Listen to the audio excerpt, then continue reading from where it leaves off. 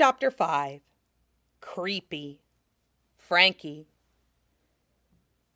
Now, Frankie had seen some weird stuff. The Frankie family's weird. Water 7's weird. Hell, he's weird. But he has to say, the Straw Hats take the cake on how weird, how crazy you can get. And he's not just talking about the way the captain's made of rubber, their doctor's a reindeer, their swordsman wields 3 katanas, one of them is supposedly cursed, and the latest member of their crew is a talking skeleton. Nah, that stuff's pretty super, if you ask him, the kind he can roll with. It's the other things that get him. The creepy things. He first notices these creepy things when he goes into the kitchen to restock his cola and grab a midnight snack after working all night, and finds 2 pairs of glowing eyes staring at him from atop the counter, accented by a sharp-toothed mouth and far too much glistening red, wet stuff for him to handle. Like a man, he assumes he's gone far too long without sleep and backtracks out of the room as quickly as he dares before his mind can fool him further. The eyes follow him every step of the way, and even the thing starts shifting unnaturally to follow him out of the room before Frankie gives up on acting super and just sprints away. The next day, he thinks it's just a nightmare, before realizing he was most definitely awake. His eyes are always perfectly functional, and Luffy just thanked him at breakfast for not ratting his midnight snack out to Sanji. Hell. What the fuck? Thriller Bark was creepy for a number of reasons, most of them relating to the island itself and its inhabitants. Zombies, shadows, ghosts, and super talking skeleton dudes. But Frankie can handle that. It's the other creepiness that really stands out to Frankie, makes him feel like that time before on the ship. The kind that he thinks isn't real, but knows later it most definitely was. He first notices it as Brooke boards the ship. He seems positively delighted to be there, to be among human souls again. But all the same, he appears to lean away from certain members of the crew. Frankie would dismiss it if he didn't know that A, Brooke leans towards other members of the crew, and B, Luffy, the most welcoming to the skeleton, is the one that makes the skeleton the most nervous. Frankie's sure that if he asked the man, he would say something along the lines of, "They make my hair stand on end. Not that I have any hair. Oh wait, I do. Yo-ho-ho-ho-ho." He doesn't ask, though. He isn't sure he wants to know what he thinks Brooke knows. But he's a builder, a shipwright. However, it's in his nature to poke around for a potential problem. Not that his crew is a problem, of course. The next creepy things he notices are more Zoro-related. It's subtle. Wouldn't really be an eye-catcher if Frankie hadn't been looking for it already. You see, ever since he met the swordsman, he feels as if he isn't actually seeing all of him at once. There's always been a haze sitting about him, as subtle as they come, like a cloud on a misty day. Seemingly normal, but with a closer look, it's like it doesn't match the rest of the world. So he keeps recalibrating and recalibrating his eyes, keeps looking for the odd moments when Zoro seems to just fade from existence, like he slips out of sight and just doesn't come back until one of the crew drags him to where he's supposed to be. Frankie entertains the thought that maybe this is why he's always lost, but dismisses it almost immediately. And here, on Thriller Bark, when life itself is being torn asunder by humans playing devils and gods, that chain tethering him to this realm seems to solidify, and the cloud resting about his shoulders fades away, leaving Frankie to catch glimpses of limbs coated in shiny green scales, and eyes that flicker red from the back of a green head. They wink at him when Frankie stares too long and fade away the next moment, as if there was only ever cropped mossy hair on the man's head. The cyborg would think it was Robin's handiwork if the eye wasn't distinctly beast-like, and Robin wasn't concentrating on using 100 other summoned limbs to defeat an enemy. The fading veil-like thing over Zorro is even pointed out by the monster that has Luffy's shadow of all things. And that's when Frankie knows this stuff isn't just in his head. Because if that idiot can say, "Hey, you guys are little demons," meaning it literally, Frankie thinks, and "Why are you so foggy, green sword guy?" and make Robin smile that scary, knowing smile of hers, Frankie is definitely sane. He hopes. However, the creepiest thing by far is Zorro's smile. Toothy, bloody, and with more thirst and death than Frankie has ever seen before. But maybe that's just Zorro. He can never tell with the guy. So yes, Zorro is creepy, and Frankie doesn't like the way when he shouts, 3,000 worlds! The world seems to split for just a second, as if a man just stepped and sliced through 3,000 places at once and still managed to dissect an enemy with 3 clear strokes of sharp, cursed, haunted blades. No, Frankie doesn't like it at all, because on stormy nights at Water 7, Tom would give in to Frankie's pleas for the scariest stories Tom knew of, as it fit the mood and would be super during the whole storm. Come on, Tom!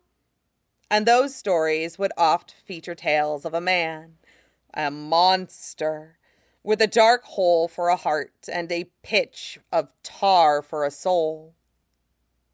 The man had a penchant for flashing across seas with a single step, havoc in his wake, as if the barrier between realms had no hold on him, as if space bent to his will and not the other way around. It reminds him of Zorro sometimes, when he casts a look at the swordsman in battle. The third incident is, funnily enough, with the third member of the monster trio, Sanji. Frankie thinks he finally knows why they're called the monster trio, beyond them simply being ridiculously powerful.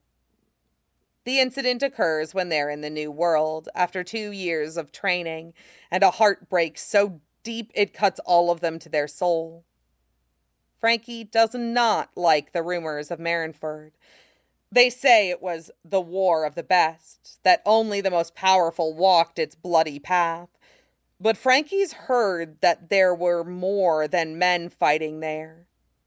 That there was a suspicious plume of fire at Ace's grave, 3 days after Luffy rang the bell. A horrific mimicry of the fire that was said to have warred over the dead man's father's grave 3 days after his execution.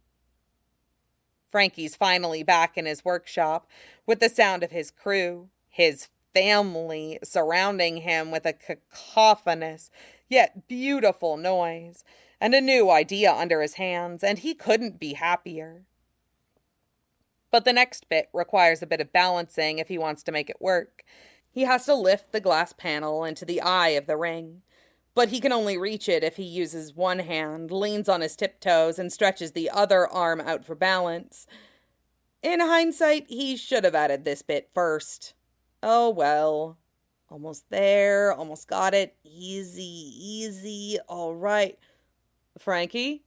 Ah! Crash! With a thunderous sound, Frankie whacks his hand around, turning his head as he does, letting the glass shatter to the floor and nearly hitting the tray of cola out of Sanji's hands. And that wouldn't normally be odd. Frankie can be clumsy, especially when he's focused and someone startles him. He supposes he needs to retrain himself in that regard. Before their little break, Luffy had taken to jumping up on Frankie's shoulders while he was working to see the new creation, and Frankie had learned not to startle. Luffy will probably continue to do that again. At least some things stay the same. However, it's what happens in that second of chaos that freaks Frankie out. Frankie's hand, big and metal as it is, should have grazed Sanji's side. But it didn't. And not because Sanji dodged away either. Instead, it's as if there was a giant hole in his side, gaping and wide, yet perfectly ordinary, so that Frankie only touched a black silk suit instead of the skin underneath. That's not all. In the flashing second, with as focused as Frankie's eyes were, he could see a wisp of smoke and something sparking, flickering from the cook's pointy mouth, as swirly eyebrows stood out against literal ash-gray skin. He doesn't know how to react, doesn't even know if what he saw was real, only gives a small, high-pitched laugh and, "Yeah, what about you? You startled me," when Sanji asks if he's okay. He sits in a kind of stupor, cold cola held in a metal, shaking hand, as Sanji takes his leave. What did I just see? Frankie casts a glance at the shattered piece of glass on the ground, and the empty space in the machine it was supposed to go in. Guess I'll know soon enough. Thankfully, beyond shadows in the corner of his eye, weird hazy visions, spooky feelings, and flashing eyes in the middle of the night, Frankie only has one more major, freaky incident before he gets the terrifying answer he's looking for. Nami's yelling at him to bring the Watcher, named by Chopper for its big eyepiece after he came down to see if any glass had gotten in his foot after the accident with Sanji, up on the deck, as it's apparently too big, I can't get a proper tan with that in the way. And what does it even do? But he doesn't particularly care. After all, she's one of the 5 reasons he brought the thing up here. Brooke had been uneasy around her and Usopp too, despite the fact that Usopp was more scared of him and Nami was a woman. Damn bony pervert. Both were relatively weak and lacking any freaky power like the monster trio had, so it had bugged Frankie for ages why Brooke was tense around them and the monster trio, but not the cyborg or the talking reindeer. He turns the machine on just as a dark cloud passes over the sun. Suddenly, the world is cold and dark and dreary, and Frankie knows his eyes look far away as he peers through the lens at his comrades. Wait, what? What? They aren't there. Only Robin, sitting on her lawn chair, is. Instead of the others, Frankie views a shapeless form of wind and cloud and bursting yellow eyes, and something crouching in the corner of the deck, feathery, shadowed, and whimsical. It has far too many joints to be human. Frankie pulls away as a smashing, sparkling noise emits from his left, a crashing from his right. The sun's shining on them again, and the chilling song Frankie swears he must have heard is already nothing but a distant memory. Nami's hand rests on the right side of the machine. Is Frankie imagining the little claw-like scrapes just before her nails? Denting it gently, while faint smoke. A bullet? No, it smells far too much like Usopp's stars to be that. Wisps from the cracks of the motion to his left.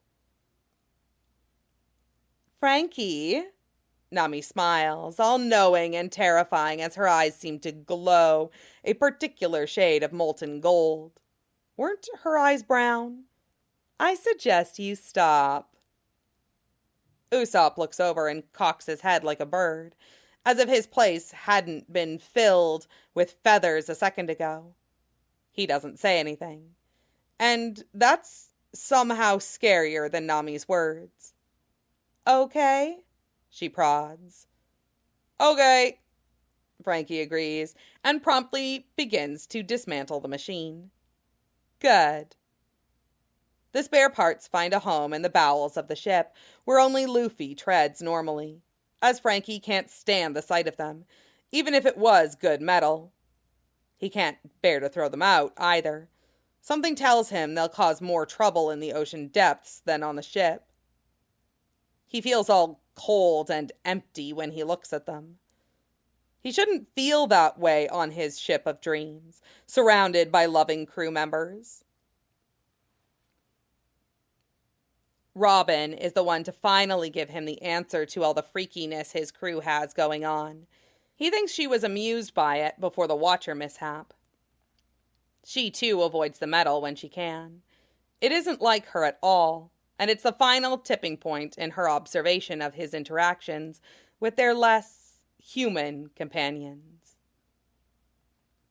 It's the day after said mishap, and Frankie's still all jittery, feeling like he's seen something taboo, when Robin glides up to him in the aquarium, where Frankie's relaxing with some cola floats. Who knew cola could taste so good with ice cream? Did you know that 5 of our crew hail from the East Blue?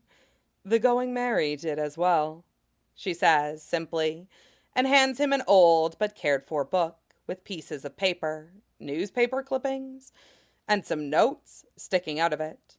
Read that. Make sure it comes back to me in good condition, she finishes, with some grabbing motions, taking Frankie back to the time he first joined the crew, which results in him nodding vigorously, and the woman disappearing into the hall with a satisfied smile. The title is East Sea, Devil Waters, and Frankie gulps. Inside, the freakiness is explained, and something in him relaxes with it. At least he knows why they're all freaky now, and that all the rumors he's heard are true. His questions are answered, and some things he didn't even know were strange had an explanation. He'd heard of Klabauterman before. He knew Mary had one, and he knows Sonny does as well.